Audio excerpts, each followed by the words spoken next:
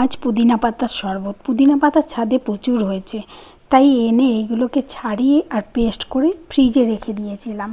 এইভাবে স্টোর করলে বাড়িতে লোকজন আসুক বা নিজের বাড়িতে বাইরে থেকে কেউ আসুক, অথবা ঘরে খাটতে খাটতে যখন হাঁপিয়ে যাবেন, 1 চামচ দিয়েই ব্যাস 1 গ্লাস জল খাওয়ার পরেই এনার্জি লেভেল একদম হাই। এই পেস্ট করে নিলাম, নিয়ে এবারে ছোট ছোট কন্টেনারে সেগুলো স্টোরেজ করে রাখবো। রাখার পর নিজে তো খাবোই, আবার কেউ আসলেও দিলেও খেয়ে তো একটাই কথা বললো, কিভাবে বানিয়েছো গো? যারা মিষ্টি ছাড়া খান তারা ওইভাবে বানাবেন, আর যারা মিষ্টি খেতে চান তারা কিন্তু সঙ্গে চিনি, গুড়, বাতাসা অ্যাড করবেন। আমি চিনি খাই না, তাই আমি কিন্তু চিনি ছাড়াই বানিয়েছি। 1 গ্লাস জলে অর্ধেক পাতিলেবু নেব আর 1 চামচ পুদিনা পাতা বাটা নেব। নিয়ে ভালো করে সেটা ছাঁকনির ওপরে দিলে কি হবে, পরে আর ছাকার দরকার হবে না।